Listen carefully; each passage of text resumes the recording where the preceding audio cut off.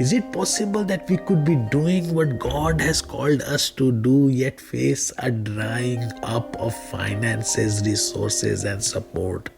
In today's video, as we are studying the life of the prophet Elijah, we are going to look a little bit deeper into this topic.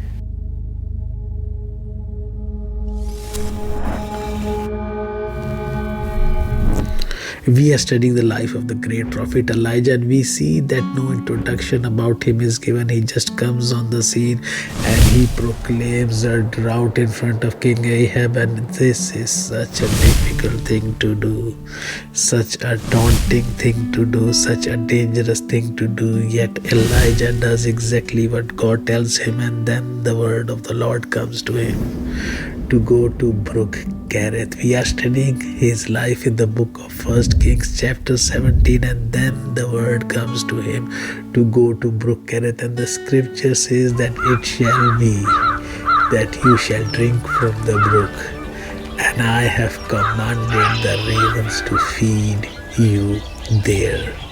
And he is obedient, he is diligent, he goes to the Brook Kerith, and he is spending time in solitude there, being fed by the ravens once in the morning and once in the evening. And now we are in verse 7, where it says that it happened after a while that the brook dried up, because there was no rain in the land, the same very rain which Elijah himself proclaimed that there will be no rain is affecting him. And brothers and sisters, God has told him to go to Brook Kerith. God has told him to be in that place, and we saw in the video titled In Solitude with God that if we are in that place, if we are in the place where God has called us and God has told us to be, then God will take care of us. And God has been taking care of Elijah in this secret place, in this special place, in this unique place, the place of solitude with God, the place Brook Kerith. And yet we see that even though God has sent him there, the brook has dried up. The brook has dried up and he has no more means to drink. And brothers and sisters, we saw that this brook flows into the river Jordan. And if it flows into the river Jordan, there is still water in the river Jordan. And yet there is a great temptation for him to go to river Jordan, but that is not what God has commanded us to do. Brothers and sisters, what do we do? What do we do when we are doing the work of God? When we are doing what God has called us to do, and we know deep down in our hearts that God has called us to do that work, what do we do in that situation? When things start to dry up, the finances, the resources, the support starts to dry up. Brothers and sisters, as I am studying this, and as I am teaching this, and as I am preaching this, and as I am making videos, and as I am writing books about this, God is teaching me as well in my own situation and in my own life, because somehow I am facing a very similar situation. And brothers and sisters, when God calls you to do a task, it is not only to empower, to enrich, to enlighten others, but to be a blessing to your own life as well. Because you see, brothers and sisters, when I was only 20 years old, God told me to open a restaurant in the city of Budapest, and I opened my first restaurant when I was only 20 years old. Today I am 44 years old and I am still running restaurants in Budapest. And yet we face a very economically harsh environment of high inflation, one of the highest in the world. As our neighbor Ukraine, the war is over there, and it is impacting this country a lot, and some goods are risen by 25%, 30%, and the energy prices over here have increased 4-5 times really killing all the prophets and destroying and devastating at us. And on top of that, the new restaurant we have opened, Spice Lab, is facing so many issues and so many problems because the authorities are not even allowing the chef to come. It's been 1.5 years. Unfortunately, we cannot hire local chefs over here. We have to bring them from abroad, from India, as we are running Indian restaurants here. And the first application took 11 months and they rejected the chef's permit. We have applied again and it's been 6 months. There is no answers, as this country has a very harsh stance on immigration, and I accept that. I'm not complaining. I'm just saying, I'm asking God, is this not the work you told me more than 24 years ago to do? And why is my brook drying up? Why is the water drying up? I'm asking God this question, and I'm sure that Elijah, if we put ourselves in the shoes of Elijah, just imagine he is doing what God has called him to do. And yet we see that he is facing a drought, the drought that he himself has proclaimed. He is facing the consequences of that. Wasn't he supposed to be insulated from the environment? Wasn't he supposed to be in a bubble? Wasn't he supposed to be in a protection? Yet we see that the brook is drying up. And the brook is drying up because in the next verse, in verse 8, it will say, then the word of the Lord. Because God has something else. God has something else, something more for him to learn, more for him to grow, more for him to experience. And brothers and sisters, I'm asking God the same question. Why am I facing so much difficulties and rejections in this new the restaurant, the Spice Lab that we have opened?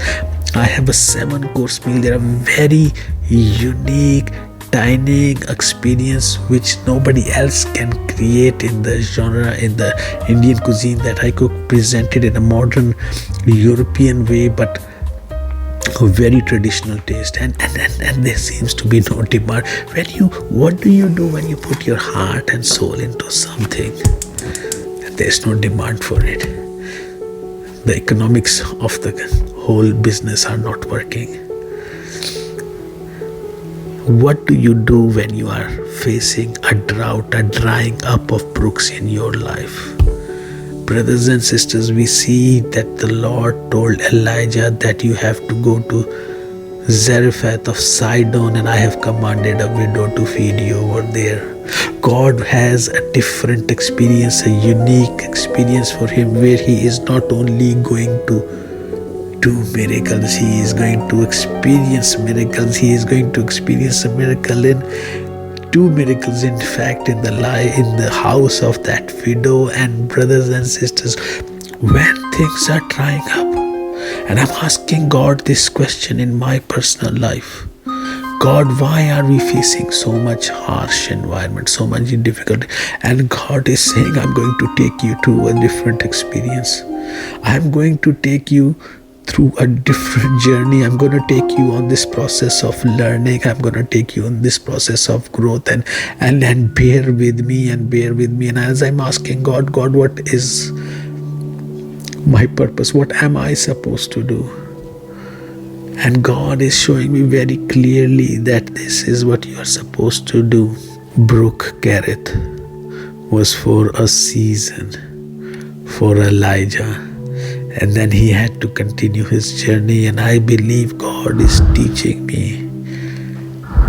This was for a season. Not that I'm supposed to leave it all of a sudden, but this is where the Lord is showing me, this is where I'm taking you to create content, so that through your life, through your story, and through the knowledge that I am going to, the Lord is saying that through the knowledge that I am going to share with you, you can be a blessing to so many others as well.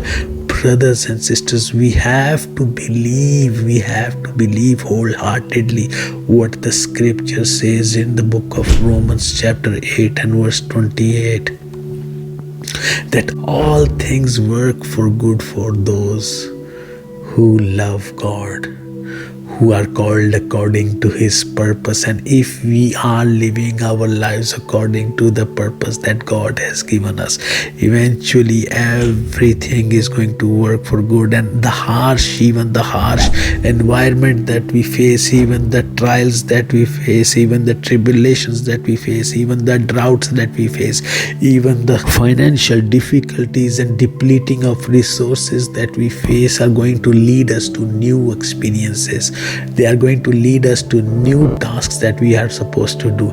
They are going to lead us on a journey. And if we have the ear to hear, if we have the inclination to hear what God is speaking to us and where God is leading us, we are going to experience something really amazing. We are going to experience something really beautiful.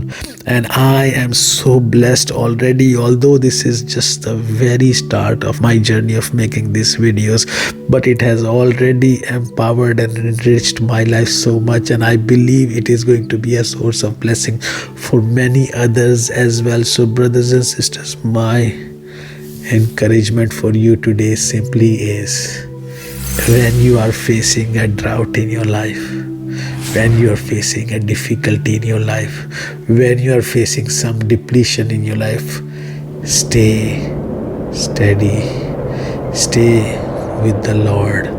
Don't let your